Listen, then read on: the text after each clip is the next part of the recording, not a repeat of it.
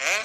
देखिए, vice president साहब हो या निशिकांत दुबे हो, मैं तो उनका नाम भी नहीं लेना चाहता था, लेकिन ये आप देखेंगे कि ये कोई एक वन ऑफ नहीं है कि गलती से कुछ मुंह से निकल गया और उन्होंने ये बात कह दी। नहीं, प्लीज नोट कीजिए इस बात को दीपक शर्मा जी, कि एक सोची समझी रणनीति का ये हिस्सा है।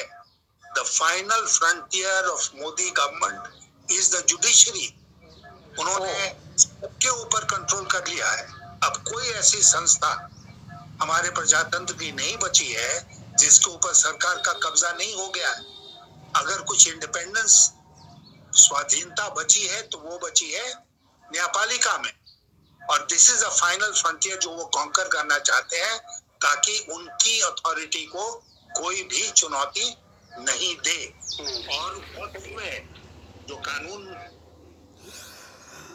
મારા ભાઈઓ બહેનો, આ ભારતીય જનતા પાર્ટીના અટલ બિહારી વાજપેયીની વખતના ભૂતપૂર્વ વિદેશ મંત્રી યશવંત સિંહાનો આ ઇન્ટરવ્યૂ ચાલી રહ્યો છે.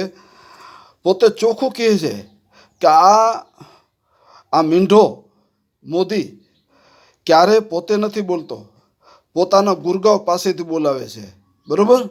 જ્યારે વકફ બિલ પાસ થઈ રહ્યું હતું અને આ પ્રક્રિયા બધી ચાલતી હતી, તો આ બધો ઘરો લાડવો બધો અમિત શાહને હાથો બનાવીને પોતે વિદેશમાં અરબસ્તાનમાં ફરવા હાલ્યો ગયો, અરબસ્તાનના રાજાને મળવા હાલ્યો ગયો અને લોકોને, આખા વિશ્વને મૂર્ખ બનાવે છે કે જો હું તો મુસલમાનના મોટા મોટા દેશોની સાથે સારા સંબંધો કેળવી રહ્યો છું, મુસ્લિમ રાષ્ટ્રોની સાથે મારા સારા સંબંધો છે, હું તો આમ છું તેમ છું, એવું બધું પોતે બતાવવા માંગે છે.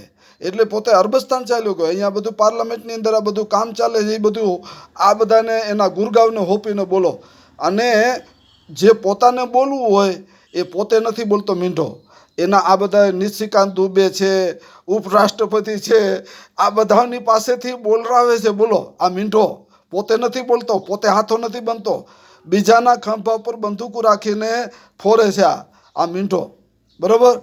આ નિશિકાંત દુબે અને આ ઉપરાષ્ટ્રપતિ અને બીજા બધા ગુરગાવે સુપ્રીમ કોર્ટ ઉપર માછલા ધોવા માંડ્યા. બોલો, સુપ્રીમ કોર્ટને આ બધું આવું ન બોલ.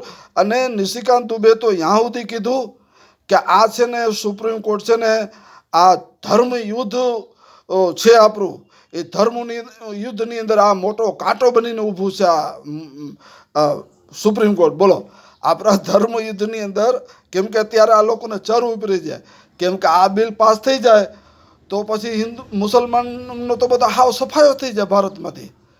એટલે આ લોકોને ચર હતી.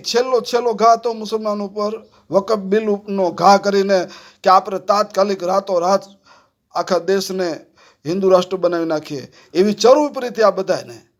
પર આ ચરને સમુરગી સુપ્રીમ કોર્ટે મિટાવી દીધી, સ્ટે મારી દીધો.